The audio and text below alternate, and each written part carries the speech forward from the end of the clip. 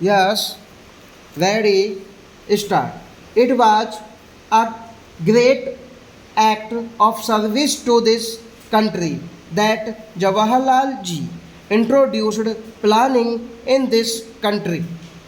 But the planning that was introduced did not achieve what it had to achieve.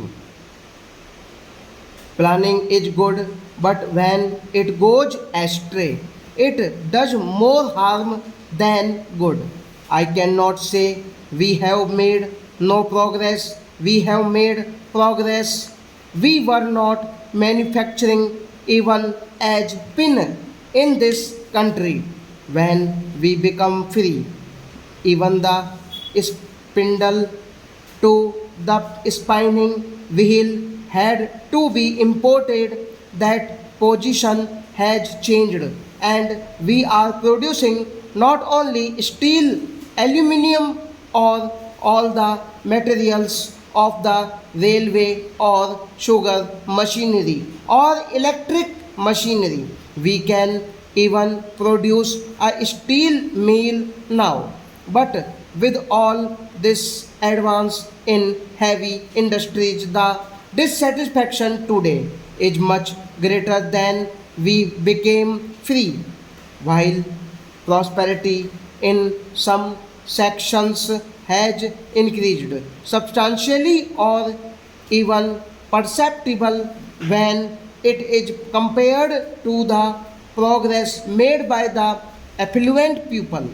There is a great dissatisfaction because their exception, which is not very high in my view, is not fulfilled.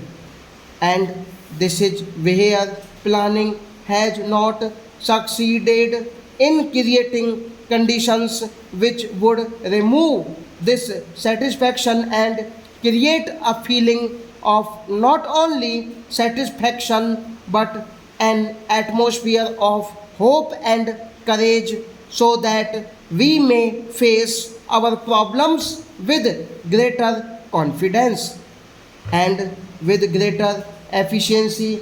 Heavy industries are necessary to some extent, especially in items like the railway materials or electric machinery or other machinery or steel or aluminium or metals or machines required for these purposes. Consumers goods which are far more essential for the poor and not only for the every person in society are uneconomic to produce in heavy industries. They can be more convenient produced, more easily produced, and produced with much less capital per capita or per man employed in small and cottage industries than in the bigger industries. This is a controversial subject. In a heavy industry, to employ one man requires a capital of anything between rupees 25,000 and rupees 1,50,000, whereas for cottage industries the investment per person employed would not exceed rupees 500. It may be less than that in many cases.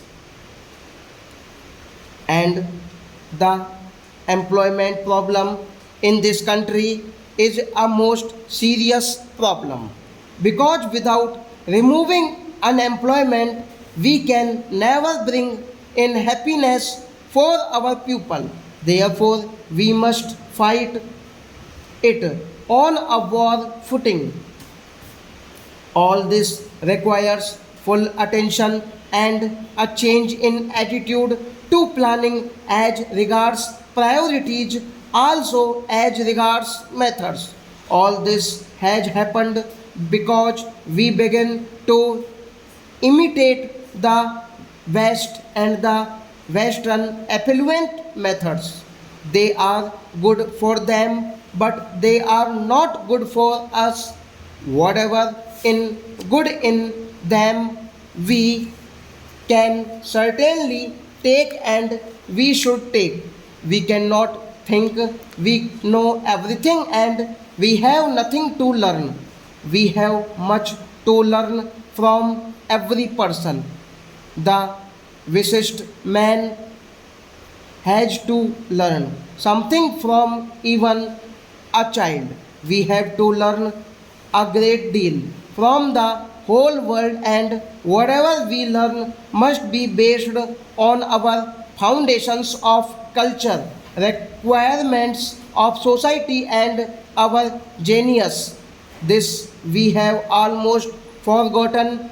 This is the greatest misfortune of all of us, almost forgotten.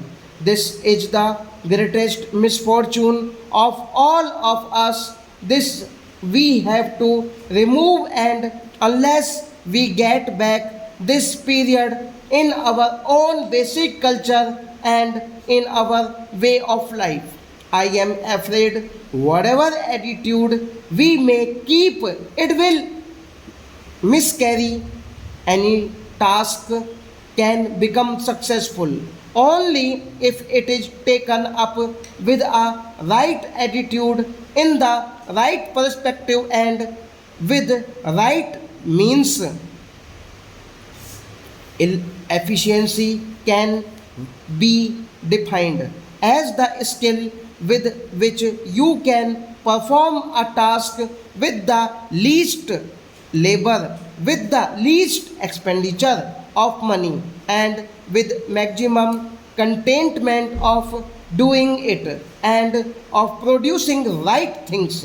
Now, if you examine any task with the background, I am quite sure there will be little scope for disagreement. Our planning is thought in terms of large expenditure of money because we thought more of heavy industries. We should have attended to it. First, of course, major irrigation works are necessary.